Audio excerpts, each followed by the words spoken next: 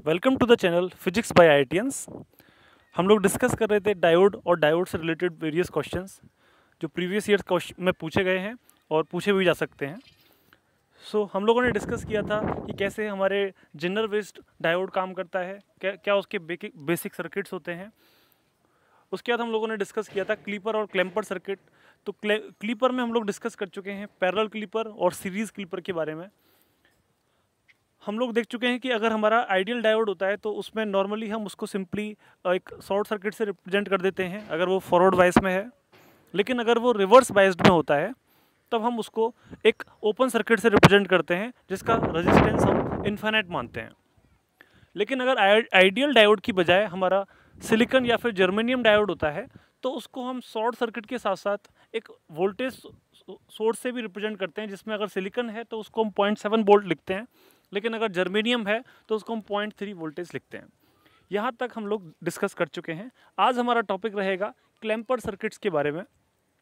Clamper circuits ये थोड़ा special type of circuit है, क्लीपर से थोड़ा डिफरेंट है। क्लीपर सर्किट में हमारे पास एक डायोड होता था और एक रजिस्टर होता था। अब उन्हीं को हम अगर आउटपुट रेजिस्टेंस के पैरेलल में लगाते हैं अगर डायोड को, तो उसे हम पैरेलल क्लीपर बोलते हैं। अगर उसको हम सीरीज़ में लगा देते हैं तो उसको हम सीरीज़ क्लीपर बोलते हैं। यहाँ पर क्लैम्पर सर्किट की बात कर रहे हैं तो इसमें 3 कंपोनेंट्स होंगे। एक होगा हमारे पास कैपेसिटर, दूसरा होगा हमारे पास डायोड और एक होगा रजिस्टर। तो 3 कंपोनेंट का जो कॉम्बिनेशन है इसी को क्लैम्पर सर्किट बोला जाता है। इसका स्टैंडर्ड डायग्राम यही है जो मैंने आपको यहाँ पर दिखा रखा है। एक कैपेसिटर है, इसमें सी कैपेसिटर, एक डायोड है, एक रजिस्टर है। रजिस्टर आउटपुट के अक्रॉस लगा हुआ है, डायोड और रजिस्टर पैरेलल में है, कैपेसिटर इनपुट वोल्टेज के साथ में सीरीज में लगा हुआ है। क्लिपर सर्किट्स के केस में हम लोगों ने देखा था कि हो सकता था कि हमारा जो आउटपुट था वो इनपुट का कुछ क्लिप्ड फॉर्मेट आता था। क्लिप्ड का मतलब कुछ पोर्शन कट करके आता था। हो सकता था कि नेगेटिव साइकिल कट हो गई, हो सकता है पॉजिटिव साइकिल कट हो गई, या फिर पॉजिटिव का एक पर्टिकुलर पोर्शन कट हो गया रेफरेंस वोल्टेज के हिसाब से। तो इस तरीके से क्लिपर सर्किट में आउटपुट और इनपुट वोल्टेज की जो वेव फॉर्म थी वो डिफरेंट होती थी या हो सकती थी। लेकिन क्लैम्पर सर्किट में हम लोग देखेंगे कि आउटपुट और इनपुट वोल्टेज का जो फॉर्म है, जो शेप है, वो एग्जैक्टली सेम होता है। बस उनमें थोड़ा डिस्टेंस आ जाती है या फिर थोड़ा एक्सटेंशन हो जाता है। उनके एम्पलीट्यूड बढ़ सकते हैं या घट सकते हैं डिपेंडिंग ऑन कि हमारा कैपेसिटर क्या है। यही हम डिस्कस करेंगे कि कैसे हमारा इनपुट क्लैम्प हो जाता है। क्लैम्प का मतलब चढ़ जाना, तो कितना आगे एक्सटेंड होकर ऊपर शिफ्ट हो जाएगा या नीचे शिफ्ट हो जाएगा, वो किस तरीके से होगा वो हम देखने वाले हैं। इसको समझने से पहले अब देखिए ये सिंपल डायग्राम है। तो इसमें हम लोग सबसे पहले क्या करते हैं, इस डायोड को फॉरवर्ड बायस में रखने की कोशिश करते हैं। अब जैसे ही हमारा डायोड फॉरवर्ड बायस होगा तो उसको हम एक सिंपल वायर से रिप्रेजेंट कर सकते हैं, जैसा कि इस नीचे वाले डायग्राम में आपको दिख रहा है। यहाँ आपको दिख रहा है कि ये डायोड जो था उसको एक सिंपल वायर से रिप्रेजेंट किया गया है। बाकी सारा सर्किट सेम है। अब जब भी कोई वायर एक आता है किसी करंट के रास्ते में, तो करंट उस रास्ते को फॉलो करने की कोशिश करता है, because current always follow the least resistance path. अब अगर करंट मान लीजिए इस डायरेक्शन से आ रहा है तो उसको दिखेगा कि एक तो आर रेजिस्टेंस है इस साइड में और एक जीरो रेजिस्टेंस है इस साइड में, तो वो आर रेजिस्टेंस को इग्नोर करके जीरो रेजिस्टेंस की साइड चला जाएगा। तो आप देखेंगे कि जो आपका सिंपल एक जो लूप बनने वाला है वो करंट इसी लूप में घूमता रहेगा। तो करंट जब इस लूप में घूमेगा तो जो हमारा कैपेसिटर है वो चार्ज हो जाएगा और उसके अक्रॉस जो वोल्टेज आने वाली है वो एग्जैक्टली इनपुट वोल्टेज के बराबर हो जाएगी। तो पॉजिटिव साइकिल में जब हमारा डायोड फॉरवर्ड वाइस है तब हमें ये कैपेसिटर चार्ज हो जाएगा और उसके अक्रॉस एक वोल्टेज आ जाएगी V। अब अगर हम नेक्स्ट साइकिल की बात करें, नेक्स्ट साइकिल जिसमें कैपेसिटर चार्ज ऑलरेडी है, अब बस जो डायोड है वो रिवर्स की बजाय फॉरवर्ड वाइज की बजाय अब रिवर्स वाइज में है। अब वो ओपन हो चुका है, वो उसको हमने ओपन सर्किट कर रखा है। इस तरीके से आप देख सकते हैं। ये जो नीचे आपको दिख रहा है ये तो था जब डायोड फॉरवर्ड वाइज हो, डायोड ऑन हो, जिसे हम शॉर्ट या फिर एक सिंपल वायर से रिप्रेजेंट कर रहे थे। ये डायग्राम रिप्रेजेंट करता है कि इस बार हमने डायोड को ऑफ कर रखा है। जो इनपुट वोल्टेज है वो उसकी नेगेटिव साइकिल में है, डायोड आपका ओपन हो गया, अब ये सर्किट से कनेक्टेड नहीं है। अब अगर हम इस आर रेजिस्टेंस के अक्रॉस जो वोल्टेज है जिसे हम वी आउट से रिप्रेजेंट कर रहे हैं, वी आउट कैलकुलेट करना चाहें तो हम आसानी से वी आउट कैलकुलेट कर सकते हैं। हम केवीएल लगा सकते हैं। तो अगर हम इस पूरे सर्किट में, इस पूरे लूप में केवीएल लगाएंगे, इस लूप के अंदर आप जब केवीएल लगाओगे तो आपको कुछ इस प्रकार से एक एक्सप्रेशन मिल जाएगी।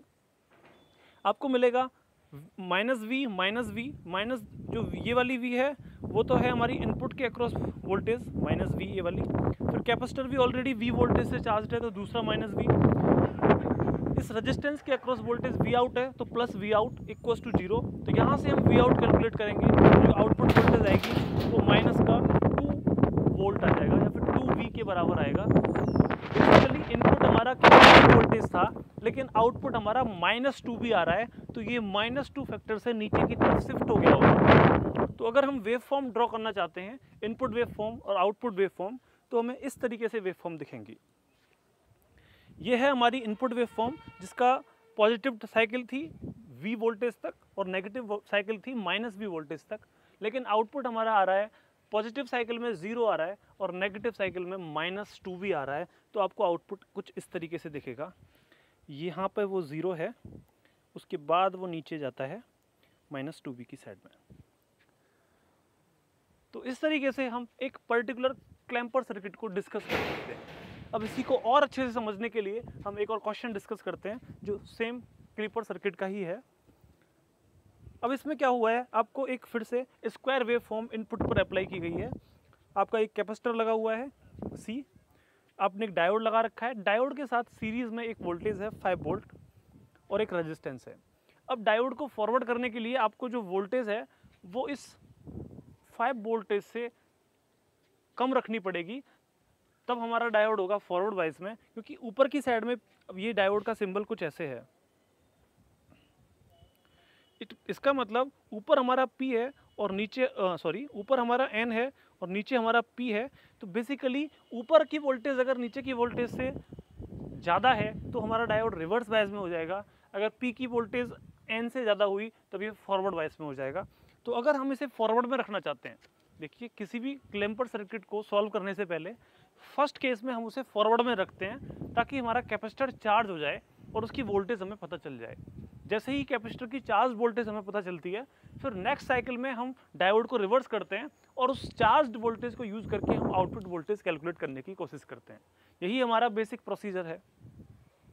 तो इस सर्किट में भी हम सेम करना चाहेंगे। सबसे पहले हम चाहेंगे कि डायोड को फॉरवर्ड किया जाए और डायोड को फॉरवर्ड बायस रखने के लिए हमारी जो इनपुट वोल्टेज है वो हमारी 5 वोल्ट से कम रहनी चाहिए। तो ऐसा कर सकते हैं कि हम ये जो नेगेटिव साइकिल है उसको मान लेते हैं। जो नेगेटिव साइकिल T1 से T2 है, पहले उसको डिस्कस कर लेते हैं।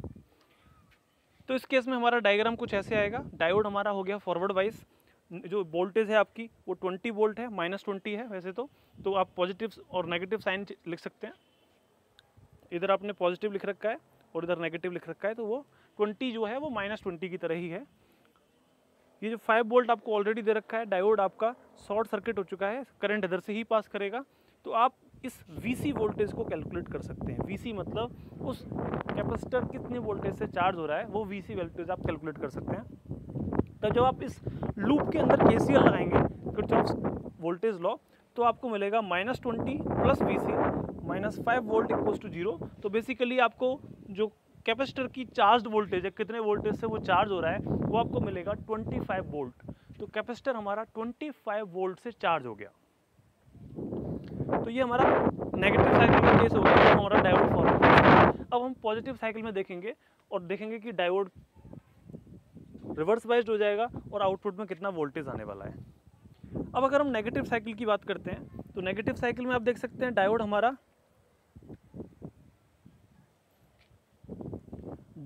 ओपन सर्किट है। ओपन है तो ये बिल्कुल डिस्कनेक्टेड होगा, तो हम आउटपुट पे वोल्टेज कैलकुलेट कर सकते हैं। और जब आप आउटपुट पे वोल्टेज कैलकुलेट करेंगे तो फिर से आपको KVL लगाना होगा। इस बार जो इनपुट वोल्टेज है वो 10 रहेगी, क्योंकि आप देख सकते हैं कि जो साइकिल इनपुट वोल्टेज की है पॉजिटिव साइकिल में 10 है लेकिन नेगेटिव साइकिल में -20 है। तो ये आपको कंसिडर रखना पड़ेगा। आप ऐसा ना करना कि दोनों को इक्वल मान लें, जैसा दिया है वेव फॉर्म में वैसा ही आपको रखना है। तो फिर से जो आप KVL लगाओगे तो आपको जो आउटपुट वोल्टेज है वो मिल जाएगी 35 वोल्ट। तो बेसिकली जब इनपुट हमारा नेगेटिव होता है तब हमारा वो डायोड फॉरवर्ड बायस होता है, उससे हमारा कैपेसिटर चार्ज हो जाता है। और जब डायोड हमारा रिवर्स बायस्ड में होता है तब हमारा उस कैपेसिटर को डिस्चार्ज होकर आउटपुट पे हमें एक वोल्टेज मिलता है, और इस केस में वो वोल्टेज 35 वोल्ट आ रहा है।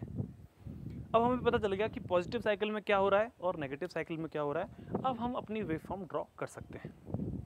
तो हमारी जो वेव फॉर्म आने वाली है वो कुछ इस तरीके से आएगी। जब हमारी पॉजिटिव साइकिल है तो उस केस में जो वोल्टेज जो हमारा आउटपुट है, इस आउटपुट पर एग्जैक्टली 5 वोल्ट आ रही है। जब हमारा डायोड फॉरवर्ड वाइज है, मतलब जो हमारी नेगेटिव साइकिल है -20 वाली, तब आउटपुट आता है 5 वोल्ट का। लेकिन जब डायोड रिवर्स वाइज होता है, जब साइकिल की वोल्टेज 10 वोल्ट होती है, मतलब पॉजिटिव साइकिल जब होती है, तब वो आ रहा है 35 वोल्ट। तो एक केस में 5 आता है, एक केस में 35 आता है। तो हम इसको ड्रॉ कर सकते हैं 5 और ये 35 इस तरीके से। यहाँ पर ये हमारा 35 तक है, नीचे हमारा 5 तक है। तो इस तरीके से इसकी हमारी आउटपुट वोल्टेज आ जाएगी। तो हम लोगों ने देखा कि जब भी हमें कोई क्लैम्पर सर्किट दिया जाए, क्लैम्पर मतलब जिसमें कैपेसिटर, डायोड और रजिस्टर्स एक स्पेसिफिक फैशन में कनेक्टेड होते हैं, तो सबसे पहले हमें देखना होता है कि जो डायोड है वो फॉरवर्ड वाइज किस साइकिल में हो रहा है, नेगेटिव साइकिल में या पॉजिटिव साइकिल में। जब हमें पता चल गया कि डायोड फॉरवर्ड वाइज हमें इस साइकिल में मिल रहा है, तो उस साइकिल के लिए हम डायोड को एक शॉर्ट सर्किट से रिप्रेजेंट कर देते हैं और हम कैपेसिटर के अक्रॉस कितना वोल्टेज या फिर कैपेसिटर कितने वोल्टेज से चार्ज हो रहा है वो कैलकुलेट करते हैं। तो इस तरीके से हमें कैपेसिटर की VC वोल्टेज मिल जाती है। फिर हम नेगेटिव साइकिल में जाते हैं जहाँ पर हमारा डायोड रिवर्स वाइज हो रहा होता है। जैसे ही हमें डायोड रिवर्स वाइज मिलेगा तो उसे हम ओपन सर्किट से रिप्रेजेंट कर देंगे। इसका मतलब उस डायोड का कंट्रीब्यूशन उस सर्किट से हट जाएगा, तब हम आउटपुट वोल्टेज कैलकुलेट कर लेंगे। तो इस प्रोसीजर से हम आसानी से आउटपुट वोल्टेज कैलकुलेट कर सकते हैं। तो इसे कहते हैं क्लैम्पर सर्किट, क्योंकि आउटपुट वोल्टेज जो है वो क्लैम्प कर जाती है, या तो ऊपर की तरफ शिफ्ट हो जाएगी या नीचे की तरफ शिफ्ट हो जाएगी। लेकिन जो वेव फॉर्म का नेचर है, स्क्वायर है तो स्क्वायर रहेगी, ट्रायंगुलर है तो ट्रायंगुलर रहेगी, उसमें कुछ कट नहीं होगा, मतलब बीच में से कहीं क्लिप नहीं होगी। तो क्लीपर में क्या होता था, वोल्टेज डिस्टॉर्ट हो जाती थी, इनपुट और आउटपुट में डिफरेंस आता था, लेकिन क्लैम्पर में वो डिफरेंस हट जाता है। तो इस तरीके से हम लोगों ने डिस्कस किया कि कैसे डायोड बेस्ड सर्किट्स और उससे रिलेटेड वेरियस प्रॉब्लम्स अगर हमारे एग्जाम से पूछी जाती हैं तो उनको हम आसानी से कैसे सॉल्व कर सकते हैं। नेक्स्ट वीडियो में हम कुछ और प्रॉब्लम्स डिस्कस करेंगे जो डायोड रिलेटेड क्वेश्चंस ही प्रीवियस ईयर एग्जाम्स में पूछे गए हैं, नेट, गेट, जेस्ट वगैरह एग्जाम्स में। आज के लिए हमारा इतना ही है। Thank you. आपको अगर ये वीडियो अच्छा लगा है तो इसे लाइक कीजिए, अपने फ्रेंड्स के साथ शेयर कीजिए और हमारे चैनल को सब्सक्राइब कीजिए। हम लोग डेली कुछ क्वेश्चंस टेलीग्राम चैनल पर डालते हैं, आप उन क्वेश्चंस को अटेम्प्ट कर सकते हैं, वो आपको हेल्प करेंगे। कुछ और अगर आपकी प्रॉब्लम हो तो आप उनको भी वहाँ पर शेयर कर सकते हैं। Thank you.